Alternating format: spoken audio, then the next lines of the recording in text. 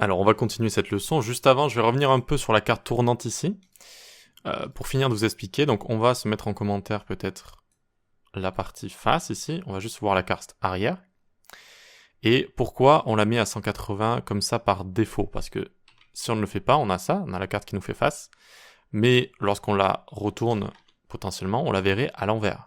On verrait sa face arrière. Et c'est pas ce qu'on veut voir. C'est pas ce qu'on veut voir ici si on a cette carte. Hop, là on verrait la face arrière. Donc pour pallier au problème, on la fait déjà tourner de base à 180 degrés. Comme ça, on voit la face arrière de base. Et lorsqu'on survole le parent, on revoit la face avant en lui rajoutant 180 degrés. Et hop, comme ça, on peut voir sa face avant. Il faut vraiment imaginer les deux cartes qu'on a ici qui vont tourner en même temps. Donc vu qu'elle est à la face arrière, elle, une fois qu'elle passe à la face avant, c'est bon. Et elle, on voit sa face avant de base. Et on a utilisé Backface Visibility Hidden pour ne pas avoir, pour pas avoir cette carte lorsqu'elle se retourne, vu que sinon elle est toujours affichée au-dessus des autres éléments dans l'ordre de peinture.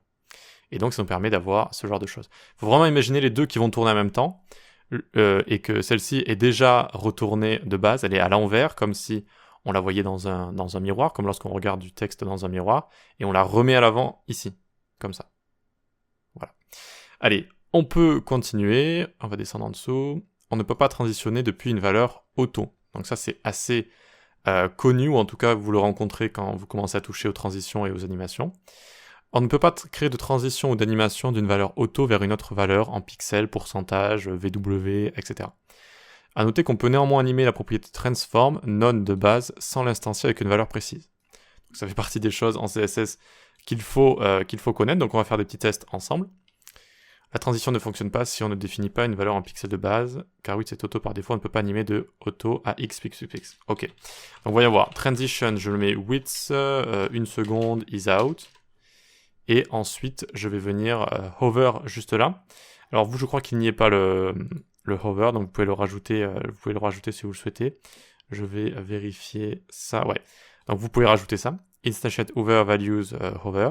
Et donc là, vous voyez que je passe finalement d'une width auto à 200 pixels. Et ça ne fonctionne pas. Ça ne fonctionne pas du tout. Parce qu'on ne peut pas animer de auto à pixels. C'est un comportement qui est connu et assez critiqué parce que comme on le sait, la valeur auto finalement se résout à une valeur en pixels. Si on fait clic droit inspecter, computed width, on voit 531 pixels ici, d'accord? C'est un peu petit, mais on le voit juste là.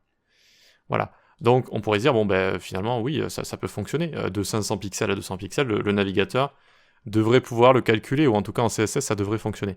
Eh bien non, c'est comme ça. Donc, il y en a qui ont leur propre théorie, ce serait pas performant, ou il y a pas mal de théories dessus, en tout cas, c'est quelque chose qu'il faut connaître. On ne peut pas animer de auto à pixels, ou de auto à 50%, par exemple. Vous voyez, ça ne fonctionne pas. Par contre, si j'avais width 200 pixels vers pourcentage, là ça fonctionne. Vous voyez? Ça fonctionne ici. Ou encore width 2VW vers pourcentage, ça fonctionne aussi. Voilà. Donc c'est vraiment, le problème c'est avec auto. Auto pose problème, autant avec la hauteur que la largeur également d'ailleurs. Donc si je mets une transition sur la hauteur, là aussi, ça pose en général problème. Transitionner la hauteur, c'est un problème en CSS. Et donc, si je mets height 75 pixels, vu qu'on a un height auto de base, ça va juste faire ça. Voilà. Alors que si on avait une hauteur définie en pixels, et que ici je mets 200 pixels, là, ça fonctionnerait. Vous voyez? Voilà, ce genre de choses. Ok, ensuite, pour opacity, alors... Oui, je vous parle d'opacité ici. Finalement, j'aurais pu ne pas en parler. Mais on n'a pas besoin d'instancier opacité ou certaines autres valeurs non plus. Parce que opacité, la valeur par défaut, c'est 1. C'est 1. Et donc, si vous mettez quelque chose comme 0,5 par exemple, il ne va pas y avoir de problème. Ça va transitionner de 1 à 0,5, donc il n'y a pas de problème. Et ce qui est plus étonnant, c'est pour transform. Pour le coup, transform. Parce que si on va dans la formal definition... S'il veut bien me le montrer, formal definition, on a none ici. L'initial value, c'est none. Mais il faut savoir qu'on peut transitionner de none vers tout ce qu'on veut, en fait. Donc regardez, enfin toutes les valeurs de transform. Donc ici, par exemple, je peux utiliser les nouvelles propriétés si je le souhaite. Scale, par exemple. Scale 2. Et ça fonctionne. Vous voyez qu'on a une transition. On a une transition ici. On aurait pu remplacer ça par rotate.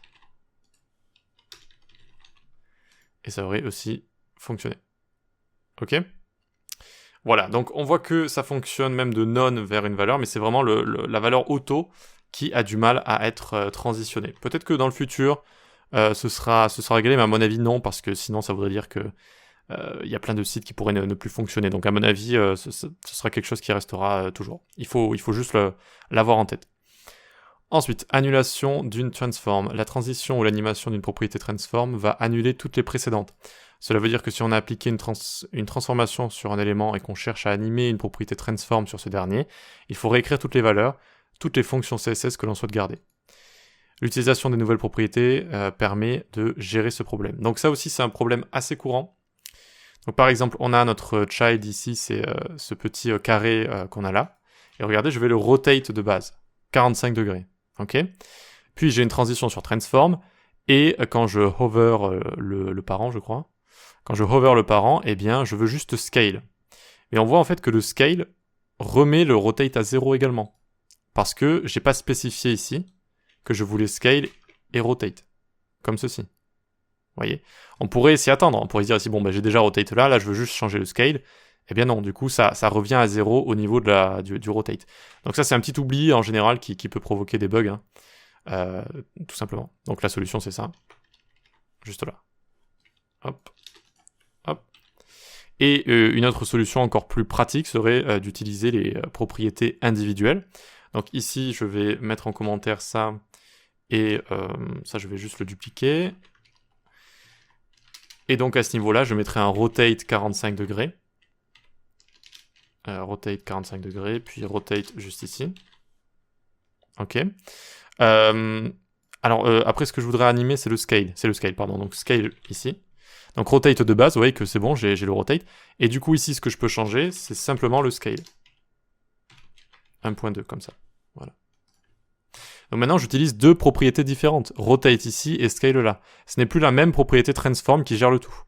Et donc, plus de problème. Vous voyez ? Donc ça peut pallier à ce genre de problème, entre autres. Ok pour ça, j'ai rien d'autre à dire.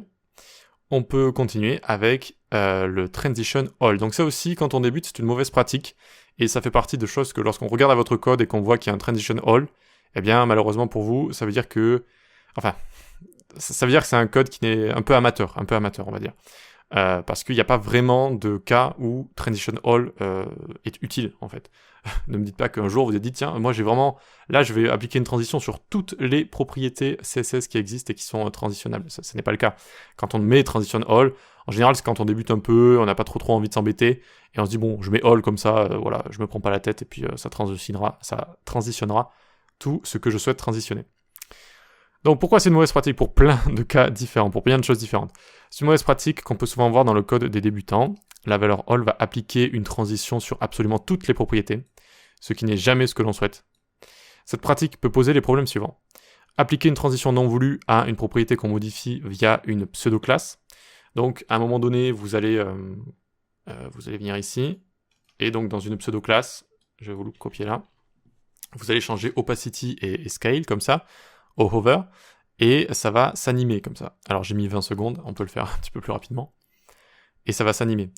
Ok, opacity, scale. Mais en fait, tout va s'animer ici. C'est-à-dire, si je mets BG yellow, et que j'avais pas envie d'animer ce yellow, tout ça va s'animer en fait. Absolument tout. Et c'est jamais ce qu'on veut, ça n'a pas vraiment de sens d'écrire ça. On peut faire une liste de transitions qu'on souhaite, donc il faut faire ça. Ensuite, ça peut se déclencher lors de l'activation d'une requête média, c'est vrai. On vient ici... donc là, je dis qu'en dessous de 1200 pixels, je veux ce genre de choses. Et vu que j'ai mis Transition All ici, vous êtes prêts? Hop, vous voyez ce qui se passe? Et ça revient. Vous imaginez un site qui commence à bouger comme ça? Genre une personne met ça sur le côté, rapidement, et puis hop, ça commence à bouger dans tous les sens. C'est pas du tout ce qu'on veut. Pire, quand on scroll comme ça, quand on zoome, pardon, ça va afficher la page, finalement... En fait, le zoom fait en sorte que les pixels prennent plus, que les choses soient affichées dans plus de pixels, donc 25% en plus, etc., etc.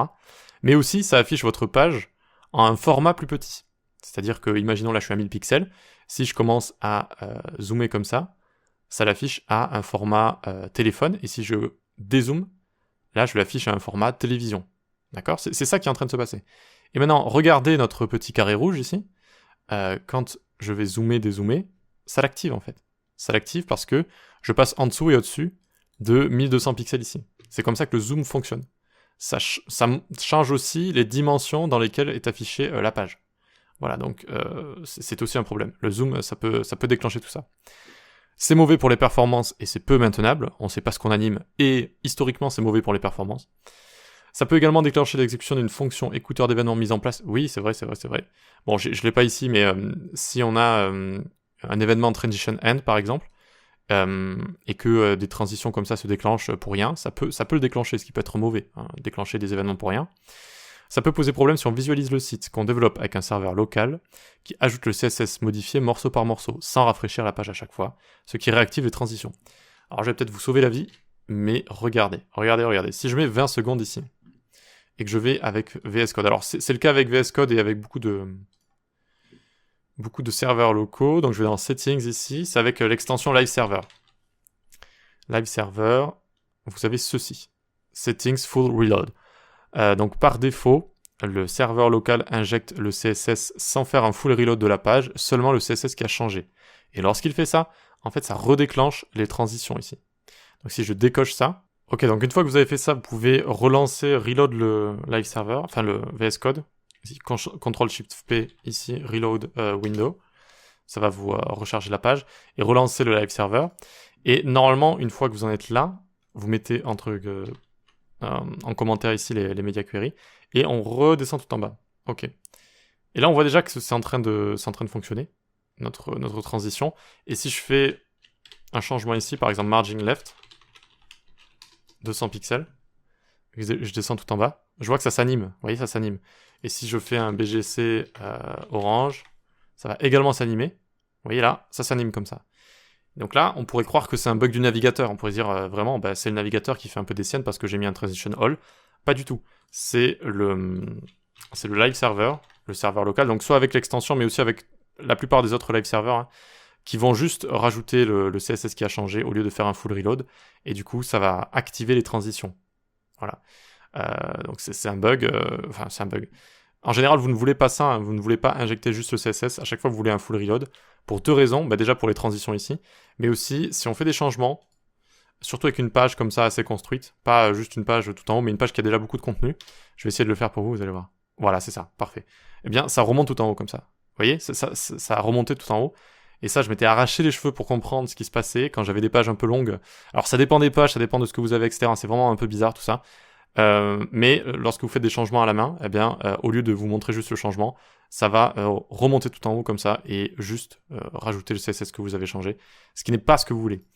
Si vous cochez ça, alors n'hésitez pas à faire un reload si ça fonctionne pas, mais regardez, normalement je mets 200 ici.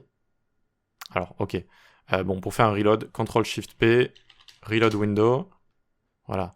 Et on va relancer le live server, parce que vu que c'est une fonctionnalité assez lourde, en général, il faut relancer tout ça. Donc on a relancé ça là. D'ailleurs, je vous ai mis du JS aussi, ouais. Je vais vous montrer aussi le bug de transition end. Donc quand on reload VS Code, en général, ça bugouille un peu, ça prend du temps. Ça prend du temps juste ici, bravo. Super. Donc je descends tout en bas, et regardez, maintenant je vais faire un changement, je vais le passer à 20. Et voilà, ça ne bouge pas. Je peux voir directement ce que je suis en train de coder, ce qui est quand même génial. Hein. Entre nous, c'est comme ça qu'on a envie de coder. Donc voilà, je fais un changement et ça ne me ramène pas tout en haut. Voilà. Et si je dis pas de bêtises, je vous avais parlé de cette fonctionnalité en début de cours, si je dis pas de bêtises. C'est assez important, je trouve, de parler de ce genre de choses. Voilà pour ça et pour le JS juste. Donc là, on a un transition end. Donc si on ouvre la console et que on applique la transition, donc on va mettre une transition de 1 seconde. Et on remet les media queries. Juste ici. Donc, qu'est-ce qui va se passer si j'agrandis et que je rétrécis la page? On va avoir une transition involontaire, vous voyez, qui a eu lieu juste là, et donc ça a exécuté du JavaScript qu'on avait mis en place. Ok, donc pour un exemple comme ça, c'est pas très grave, mais imaginons que votre site, eh bien, il ait une fonctionnalité spéciale, il a une fonctionnalité spéciale avec Transition End, ça peut potentiellement déclencher des écouteurs d'événements pour rien, ce qui est pas bon du tout, quoi. C'est pas bon du tout. Ok pour ça, sinon l'événement Transition End est quand même super en JS, ça vous permet de faire quelque chose une fois qu'une transition a terminé, d'exécuter une fonction une fois qu'une transition a terminé, donc c'est vraiment un événement qui est pas très connu, mais qui peut se révéler très pratique. Voilà pour cette leçon, on peut passer à la suite.